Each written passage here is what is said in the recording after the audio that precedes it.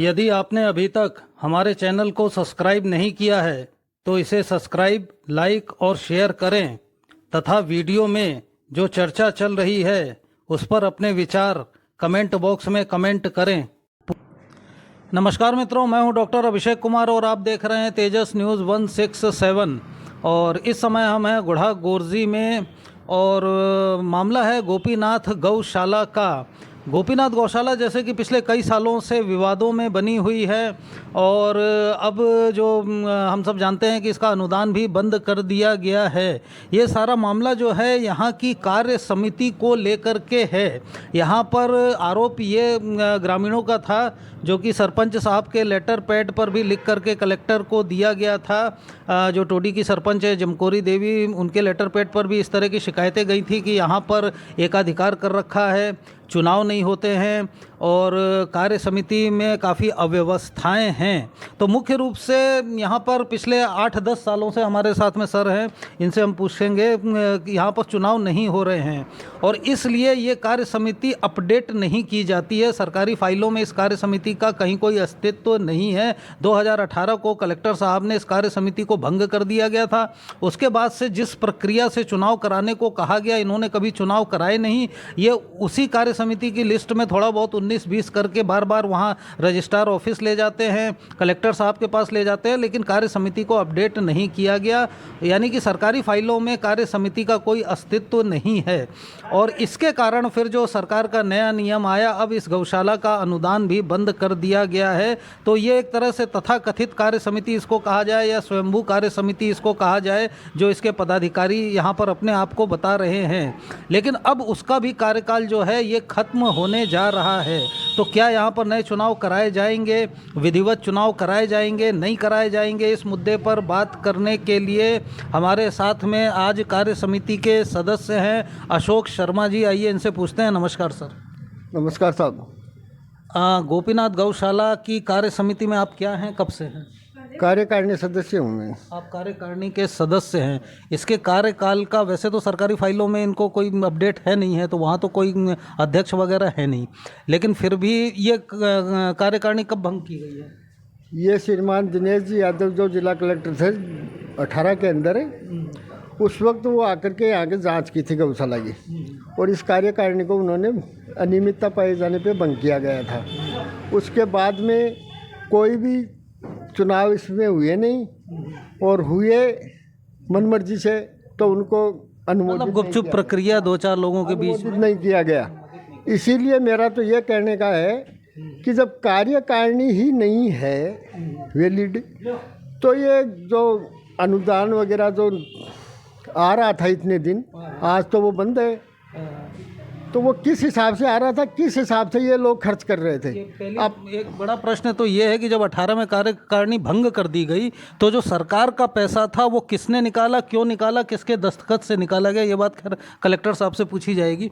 आप तो ये बताइए कि फिर अब जो ये फिर भी जो अपना बता रहे हैं कि कार्यकारिणी कब ख़त्म हो रही है? ये 25 फरवरी 2026 को ख़त्म हो जाएगी। मतलब ये जो 25 फरवरी आने वाली है इसमें हाँ, इसमें ख़त्म हो जाएगी। तो कलेक्टर साहब ने जो आदेश दिए थे, इसके चुनाव की पूरी प्रक्रिया इनको लिख करके दी गई थी, उसमें सबसे पहली चीज़ तो नए सदस्य बनाने की थी। वो क्या प्रक्रिया चल रही है? इन्होंने वो सदस्य नहीं बनाए आज तक। वो तो कह रहे हैं हमने बनाए, 11-12 नाम बता रहे हैं। इन्होंने कहने से कुछ नहीं होता है। उस वक्त जो बैंक में जमा करवाए थे 30-32 लोगों ने पैसे, उनको नहीं बनाए गए। उसके बाद में 14 फार्म और आए थे, उनको इन्होंने नहीं बनाया और इन्होंने अब अपनी मर्जी से, सुनने में आया 17-18 सदस्य बनाए गए हैं, तो पिछले वालों को क्यों नहीं बनाया गया?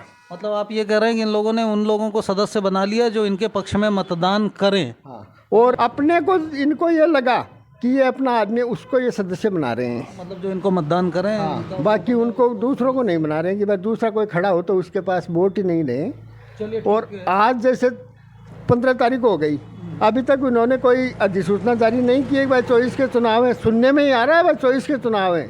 इनका तो आपको भी सुनने में आ रहा है? सुनने में ही आ रहा है। तो कार्य समिति के हाँ, तो ये तो किसी को बताते ही नहीं ना। कार्यकारिणी सदस्य क्या, क्या महामंत्री, क्या कोषाध्यक्ष, सब कुछ अपने आप को ही मानते हैं। तो नहीं, ये तो बाहर में सड़क पे हम लोग जैसे कोई कहेंगे यार सुनने में आ रहा है तो बात समझ में आती है, आप तो सदस्य हो ना मालिक। नहीं ये बताते नहीं कुछ दिखाते नहीं आज तक। अच्छा, फिर कलेक्टर साहब ने जो इनको आदेश दिया था उसमें स्पष्ट रूप से लिखा गया था कि पहले बताया जाएगा, सार्वजनिक स्थानों पे सूचनाएं चस्पा की जाएंगी, उसकी पूरी विधिवत प्रक्रिया होगी, कब फॉर्म भरे जाएंगे, कब फॉर्म वापस लिए जाएंगे, तो फिर वो प्रक्रियाएं कब होंगी? अभी तक तो हुई नहीं, 15 तारीख हो गई, या 24 के चुनाव बता रहे हैं, कब करेंगे ये तो यही जाने। आप लोगों को भी इस बारे में कुछ पता नहीं? नहीं कुछ पता नहीं है। चुनाव क्या होंगे, कैसे होंगे, क्या प्रक्रिया होगी, कुछ कौन खड़ा होगा तो ये टाइम ही नहीं देंगे ना उसको खड़ा होने का। और इन्होंने तो 18 सदस्य अपने बना रखे हैं ना, इनको क्या डर है। लेकिन डर का अनुमान यही है कि गौशाला के आज की तारीख में 25 लाख रुपए का डोनेट बंद है, सरकारी अनुदान। यदि आप कह रहे हो बाहर वाला कोई देता नहीं, यदि ये अध्यक्ष बनते हैं तो वो फिर अनुमोदित नहीं होगी, फिर वो नहीं मिलेगा, अप्रैल में वो कैंसिल हो जाएगा। इस बारे में हमारी जो रजिस्ट्रार मैडम हैं वो विभा खेतान जी, उनसे भी स्पष्ट बात हो चुकी है। शिव कुमार जी जो पशुपालन विभाग से हैं उन्होंने भी ये बिल्कुल ठोक कर कहा हुआ है कि जब तक कलेक्टर साहब के इन नियमों के आधार पर चुनाव नहीं होंगे, कार्य समिति अपडेट नहीं की जाएगी।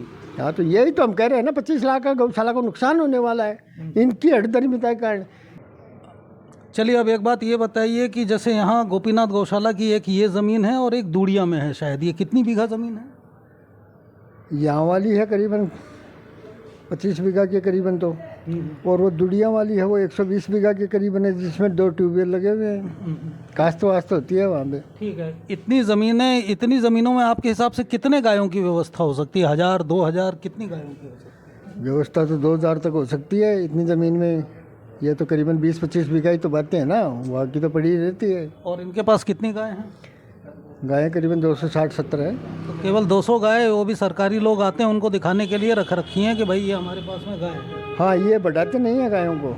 आप एक बात बताइए, सारी गाय तो यहाँ पे सड़कों पे पड़ी मारी फिर रही हैं। यदि आप सुबह ये शुभकरण जी के बंगले से लेकर के उदयपुर वाटी पेट्रोल पंप तक भी चले जाएं तो कम से कम आपको 50-100 गाय मिलेंगी जो ठंड में कुड़कुड़ा रही हैं, बारिश में भीग रही हैं, प्लास्टिक खा रही हैं।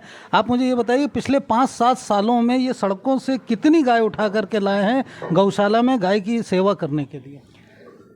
शर्म की बात तो यही है ना कि हमारे अध्यक्ष जी ऐसे कामों में विश्वास नहीं करते हैं।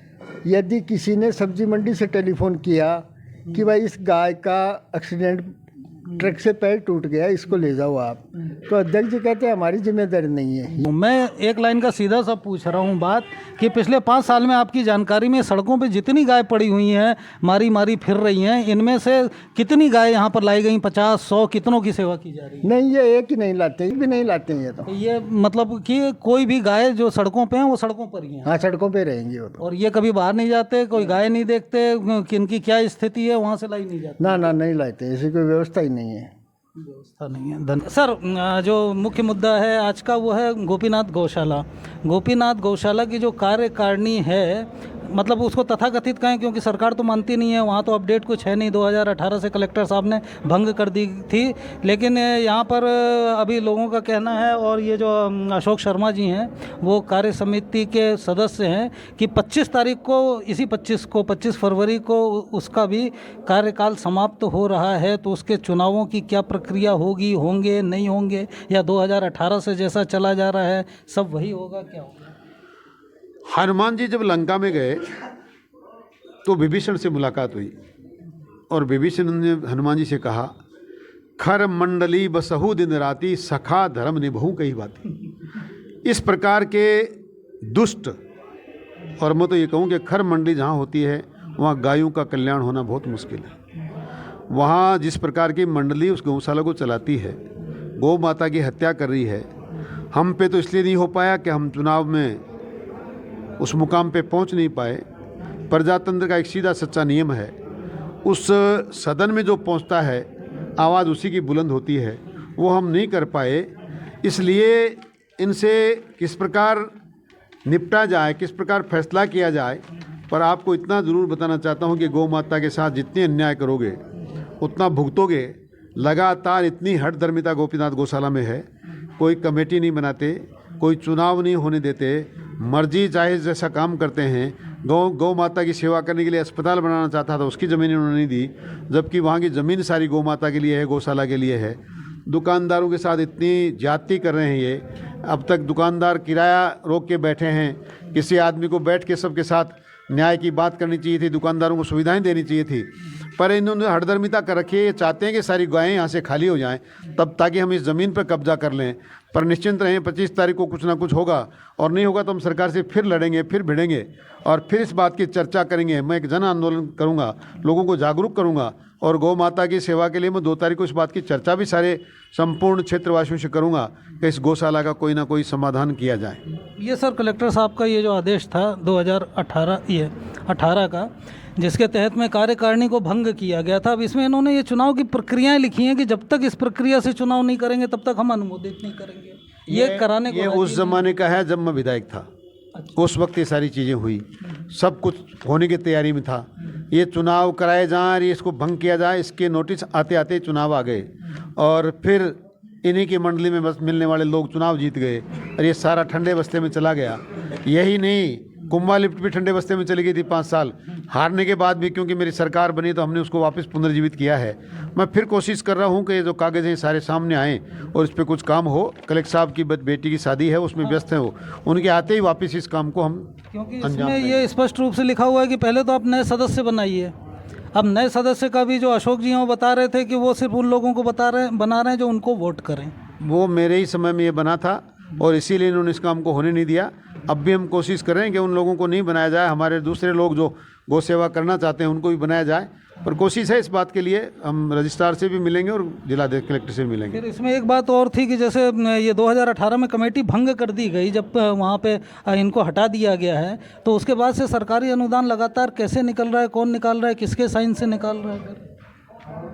आपको मैंने पहले ही कहा कि इस प्रकार ये खर मंडली है ही नहीं।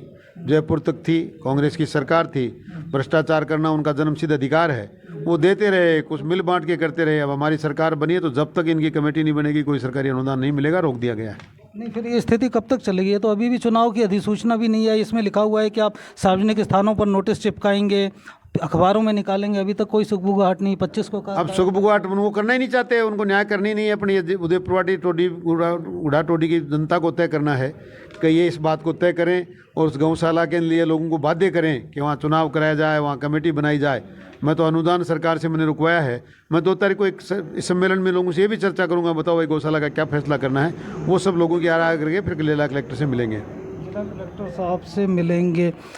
और सर, ये अशोक शर्मा जी हैं जो गौशाला की कार्य समिति में हैं, ये बता रहे हैं कि सारी गाय तो अपने शहर में सड़कों पे भी आप देख रहे हैं मारी मारी फिर रही हैं, इतनी ठंड में, बरसात में प्लास्टिक खा रही हैं। अशोक शर्मा जी का कहना है कि पिछले 5-6 सालों से एक भी गाय सड़क से उठाकर गौशाला में नहीं लाई गई है। जो सड़कों पे मर रही हैं वो तो सड़कों पे ही हैं सर। इस गौशाला का काम ही कोई गाय गलती से आ भी जाए तो धक्के मार के बाहर निकालना है। वो लाएंगे कहाँ से? वो तो बाहर निकालते हैं जो रहती है, उनको तो अनुदान चाहिए खाली अपने खुद के निजी स्वार्थों को सिद्ध करने के लिए। कोई गाय नहीं है वहाँ, कोई गाय नहीं पालते। यहाँ तो कोई नोटिस आता है, जब गाय दिखाने की बात होती है तब कहीं से सड़कों पर से ले जाके वहाँ खड़ी कर देते हैं, उसके कान में टैग डालते हैं और उसको गिनती कराते हैं, और वह गाय कहाँ है वहाँ। आप कलेक्टर साहब से बात करें? बिल्कुल, इस बात के मामले में बात पहले भी करी है मैंने, इसीलिए रुका है। सब आगे भी करेंगे, हम बार बार निरीक्षण करवाएंगे। और गायें वाकई पूरे गुढ़ा का हालत ख़राब हो रही है पूरी गाय। सुबह सुबह अपने बंगले से यदि आगे पेट्रोल पंप तक भी चले जाएं तो 100-150 गाय तो बेचारी इतनी ठंड में, बारिश में सब सड़क पे मर रही हैं। एक गाय कोई उठा के नहीं ले जाता। बताओ, ऑन रोड गौशाला है, हर गाय ठंड में मारी मारी फिर रही है। गाय की गौशाला है यहाँ? ये तो इन्होंने कत्ल खाना खोल रखा है, गायों को मार मार के दफना रहे हैं। बहुत बड़ी अन्याय हो रही है, भगवान अच्छा नहीं करेगा। धन्यवाद सर। करे सो प्राण दे, जो मन करे सो प्राण दे, वही तो एक सर्वशक्तिमान है। औरों की भीड़ हो या पांडवों का नीड़ हो, चुन सका है वो